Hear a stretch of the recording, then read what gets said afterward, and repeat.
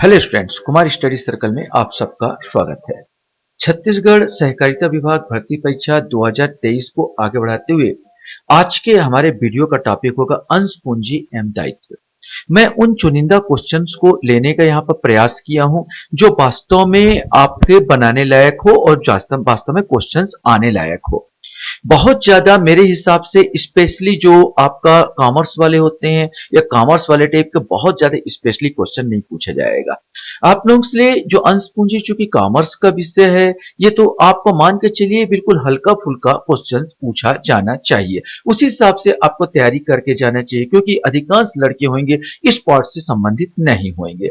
तो चलिए हम लोग पहले एक थोड़ा समय जानकारी दे देना चाहूंगा कि भाई अंश पूंजी होता क्या चीज है। मैंने एक चीज थोड़ा सा जान लो, जो नए बच्चे हैं बनाने से पहले तो आपको जल्दी बन जाएगा। तो अंश पूंजी क्या होता है कि जब कंपनी अपने अंशों का निर्गमन करके पूंजी प्राप्त करती है तो हम उसे अंश पूंजी कहते हैं। ऐसे समझ लीजिए कि मेरे को एक कंपनी बनानी है, मान लो मेरे को एक कंपनी बनानी है। तो कंपनी के लिए आपको क्या चाहिए? कंपनी के लिए सबसे पहले मेरे को चाहिए पूंजी। मेरे को पूंजी की जरूरत होगी, तो मैं पूंजी कहां से प्राप्त करूंगा? तो पूंजी दो जगह से प्राप्त हो सकती है। जो सदस्यगण है, जो सदस्यगण है वो अपना फिट करे भैया, तो सदस्य लोग यहाँ फिट कर सकते हैं अपना पूंजी। और जो इसके प्रवर्तक होंगे, चलो मैं भी शामिल होता हूं, मैं सदस्य तो नहीं बनता हूं लेकिन आप लोगों का मैं वो करता हूं, समर्थन करता हूं, तो ये प्रवर्तक लोग जो हैं ये शामिल होंगे। ये दोनों शामिल होने के बावजूद भी अगर पूंजी की पूर्ति नहीं हो रही तो आप क्या करोगे? तो आप तीसरा उपाय है बाहरी आदमी। बाहरी आदमी को शेयर बेचोगे, भाई चलो हम शेयर को वो कर रहे हैं, आगे आप खरीदिए और आप भी हिस्सेदार बनिए। तो बाहरी व्यक्ति जो शेयर बेच रहे हो वही तो अंश पूंजी है, अपने अंशों को बेचना, बस यही से संबंधित हमारा आएगा। और आज हम लोग उसी पर अवलंबित क्वेश्चंस देंगे। तो सबसे पहले क्वेश्चंस हमारे सामने यहां पर आता है कि अंश कितने तरह के होते हैं, या अंश पूंजी की बात किया जाए तो अंश कितने तरह के होते हैं? 4, 3, 2 या 5, इसमें से आपको बताना है। सही आंसर इसका 2 आएगा। दो तरह के अंश होते हैं। पहला जो अंश होता है वो होता है समता अंश, जिसको हम लोग कहते हैं समता अंश। एक चीज याद रखेंगे, पहला अंश हुआ समता अंश, तो एक हो गया आपका समता अंश। दूसरा जो होता है, दूसरा प्रकार होता है उसको पूर्वाधिकार अंश कहते हैं। ये आपका आएगा पूर्वाधिकार अंश। पूर्वाधिकार, माउस से लिख रहा हूं इसलिए थोड़ा सा दिक्कत जा रहा है। अधिकार अंश, ये पूर्वाधिकार अंश। ये दो प्रकार के अंश यहां पर होते हैं, एक समता अंश और एक होता है पूर्वाधिकार अंश। दोनों में अंतर यह है कि दोनों जो सदस्य होते हैं, समता अंश वाले जब भी मीटिंग होगी, मतदान होगा, तो मतदान में ये भागीदारी निभाएंगे, मतलब मतदान कर पाएंगे, और पूर्वाधिकार अंश वाले मतदान नहीं कर पाएंगे। यही दोनों में अंतर है।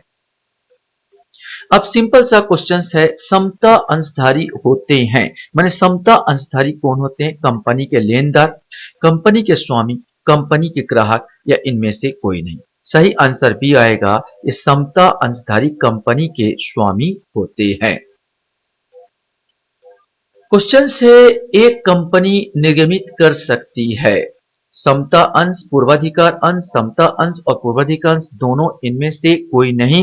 तो कोई भी कंपनी है जो निर्गमित कर सकती है, शेयरों को बेच सकती है, तो समता अंश पूर्वाधिकार अंश दोनों को, अर्थात आंसर सी आएगा, समता अंश और पूर्वाधिकार अंश दोनों को।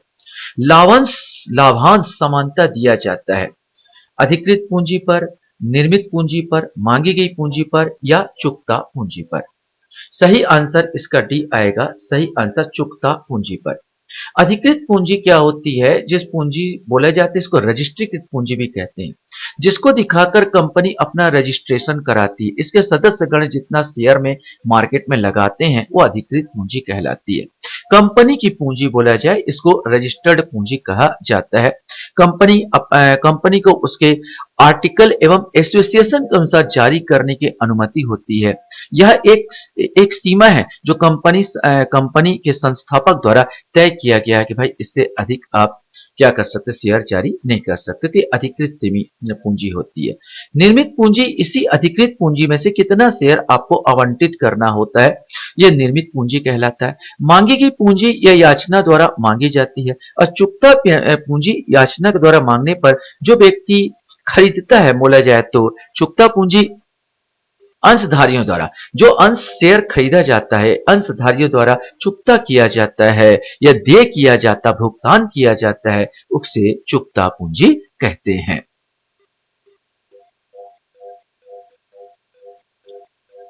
क्वेश्चन से अंशधारियों को प्राप्त होता है। अब भाई सिंपल सा चीज है कि अंशधारी, आपने पहले उत्तर बता दीजिए, ब्याज प्राप्त होगा, लाभांश प्राप्त होगा, कमीशन प्राप्त होगा या लाभ प्राप्त होगा।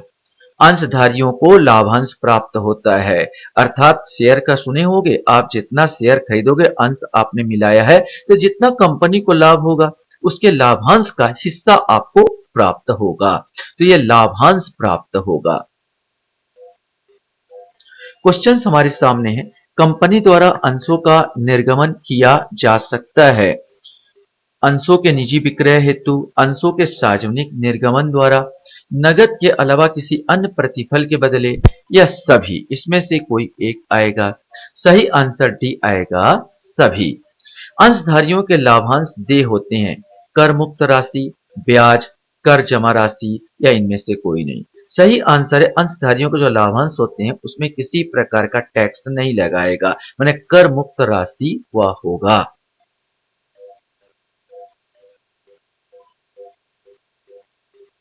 क्वेश्चन हमारे सामने यहां पर आता है, वह अधिकतम राशि जिससे अधिक कंपनी को अपने अंशों का निर्गमन द्वारा कोष जुटाने की आज्ञा नहीं है कहलाती है। निर्गमित पूंजी, संचय पूंजी, अधिकृत पूंजी या अभियोजित पूंजी। सही आंसर सी आएगा, अधिकृत पूंजी। जितने इसके मीटिंग के मेंबर बैठते हैं वो डिसाइड करते हैं कि किससे अधिक आप इसको निर्गमित नहीं कर सकते, वो होता है अधिकृत पूंजी।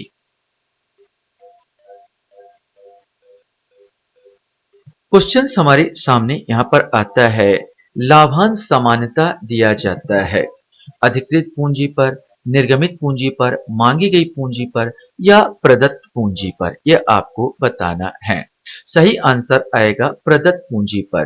प्रदत्त मतलब यही आपने कहा है, जो चुकता पूंजी होती है, जो आप चुकाए हैं, जो आपका आपने चुकाया गया है या आपने भुगतान किया है, उसी पर तो लाभांश मिलेगा ना। मैंने जो शेयर धारक जो भुगतान किया उस पर लाभांश दिया जाएगा, इसी को हम बोलते हैं प्रदत्त पूंजी। अंशों का निर्गमन किया जा सकता है सम मूल्य पर, प्रीमियम पर, बट्टे पर या उपरोक्त सभी पर। सही आंसर डी आएगा, उपरोक्त सभी पर आप क्या कर सकते हो, अंशों का निर्गमन कर सकते हो। क्वेश्चन हमारे सामने आता है, अधिकांश अंश वे हैं जिन्हें कंपनी के निर्देशकों को निर्गमित किया जाता है, कंपनी के वर्तमान अंशधारकों को निर्गमित किया जाता है, कंपनी के प्रवर्तकों को निर्गमित किया जाता है, संपत्तियां खरीदने के लिए विक्रेताओं को निर्गमित किया जाता है। सही आंसर इसमें बी आएगा, कंपनी के वर्तमान अंशधारकों को निर्गमित किया जाता है। क्वेश्चन है, दायित्वों की कुल राशि में सम्मिलित होता है अधिकृत पूंजी, निर्गमित पूंजी, प्रार्थित पूंजी या चुकता पूंजी। सही आंसर इसका डी आएगा, चुकता पूंजी। भाई दायित्व उन्हीं के प्रति बनेगा ना भाई, जिसने अंशदान किया है उन्हीं के प्रति बनेगा ना भाई। यहाँ पर चीजों में आपका जो जिसने अंशधारी हो और भुगतान किया हो किसी शेयर के लिए, तो उसके लिए दायित्व भी बनेगा। तो दायित्व कुल राशि सम्मिलित होती है चुकता पूंजी में। क्वेश्चन हमारे सामने यहां पर आता है, अंशों का हरण किया जा सकता है सभा में उपस्थित न होने की स्थिति में, मांग की राशि के भुगतान न करने पर, बैंक के भुगतान की असमर्थता पर, प्रतिभूति के रूप में अंशों के बंधक होने पर। इसमें से कोई एक आएगा। सही आंसर बी आएगा, मांग राशि के भुगतान न करने पर। भाई आप मांगा, कंपनी आपसे कुछ मांग कर रही है और आप भुगतान नहीं करें तो आपका सरेंडर करना पड़ेगा, अंशों का हरण किया जा सकता है। क्वेश्चन हमारे सामने यहाँ पर आता है, अंश आवंटन खाता है। अंश आवंटन खाता क्या है? व्यक्तिगत खाता, वास्तविक खाता, नाम मात्र का खाता या इनमें से कोई नहीं, ये आपको बताना है। सही आंसर ये आएगा, वास्तव में ये क्या है? व्यक्तिगत खाता है। क्वेश्चन हमारे सामने आता है, अधिकृत पूंजी का वह अंश जिसे सिर्फ कंपनी के समापन पर ही मांगा जा सकता है कहलाता है निर्गमित पूंजी, याचित पूंजी, अयाचित पूंजी या आरक्षित पूंजी। ये आपको बताना है। सही आंसर इसका डी आएगा, आरक्षित पूंजी। ये आरक्षित होती है, अधिकृत पूंजी। वैसे भी अधिकृत पूंजी आपने बोला है कि पर जितने मेंबर है उसी का अनुशंसा पर कितना सीमा बांध दिया जाता है कि भाई इससे ज्यादा निर्गमित नहीं करोगे, तो समापन पर जो मांगा जा सकता है वो है आरक्षित पूंजी। यहाँ पर अधिकृत पूंजी का वह अंश जिसे सभी का सिर्फ कंपनी के समापन पर मांगा जा सकता है वो है आरक्षित पूंजी। क्वेश्चन से, कंपनी अधिनियम के अनुसार केवल अधिमान अंश जो खाली स्थान में शोध्य हो जारी किए जा सकते हैं। 24 वर्ष, 22 वर्ष, 30 वर्ष या 20 वर्ष, जब 20 वर्ष तक शोध किए जा सकेंगे।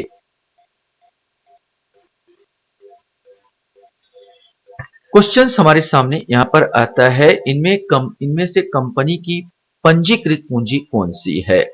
प्रदत्त पूंजी, आयाचित पूंजी, अधिकृत पूंजी या निर्गमित पूंजी। पहले ही मैंने कहा था कि जो कंपनी होती है स्टार्ट करती है तो कुछ पूंजी को उसको दिखाकर शो करना होता, रजिस्टर्ड करना होता, उसको बोलते हैं अधिकृत पूंजी। तो ये पंजीकृत पूंजी, अधिकृत पूंजी के इसीलिए पंजीकृत रजिस्टर्ड पूंजी के नाम से भी जाना जाता है। क्वेश्चन यहाँ पर आता है, जब कंपनी प्रीमियम पर अंशों का निर्गमन करती है तो प्रीमियम की राशि कंपनी द्वारा प्राप्त की जाती है आवेदन राशि के साथ, आवंटन राशि के साथ, याचनाओं के साथ, उपयुक्त में से किसी भी के साथ। सही आंसर ये आएगा डी, उपर्युक्त में से किसी के भी साथ मांगा जा सकता है। अंश आवेदन खाता व्यक्तिगत खाता है, वास्तविक खाता, नाम मात्र का खाता, इनमें से कोई नहीं। वास्तव में अंश आवेदन खाता जो होता है ये व्यक्तिगत खाता होता है।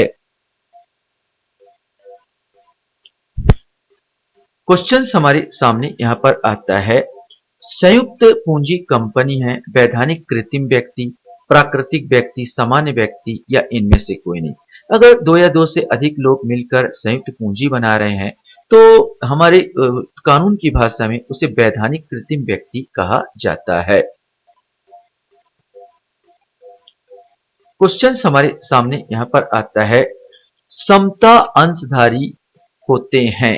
समता अंशधारी होते हैं ऐसा क्वेश्चन घुमा के क्वेश्चन पूछा गया है। ग्राहक, लेनदार, देनदार या स्वामी समता अंशधारी वास्तव में स्वामी होते हैं। अंशों के हरण के परिणाम स्वरूप घट जाती है।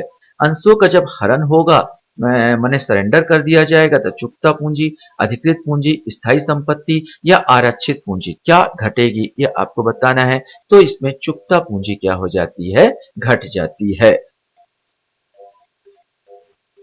लास्ट क्वेश्चन आपके सामने यहाँ पर आता है कि एक कंपनी में सदस्यों का दायित्व खाली स्थान होता है, सीमित, असीमित, स्थिर या परिवर्तनशील। सही आंसर ए आएगा, उनका दायित्व क्या होता है? सीमित आता है। शेयर से और उस शेयर के जो अंश उसका लाभ हुआ, लाभांश, यही उनका दायित्व होता है, शेयर और उसके लाभांश से। तो एक कंपनी के सदस्यों का दायित्व सीमित होता है। आशा करता हूं ये वीडियो भी आपको अच्छा लगा होगा। आप लोग मेरे वीडियो वॉच करते हो इसलिए धन्यवाद। Thank you very much.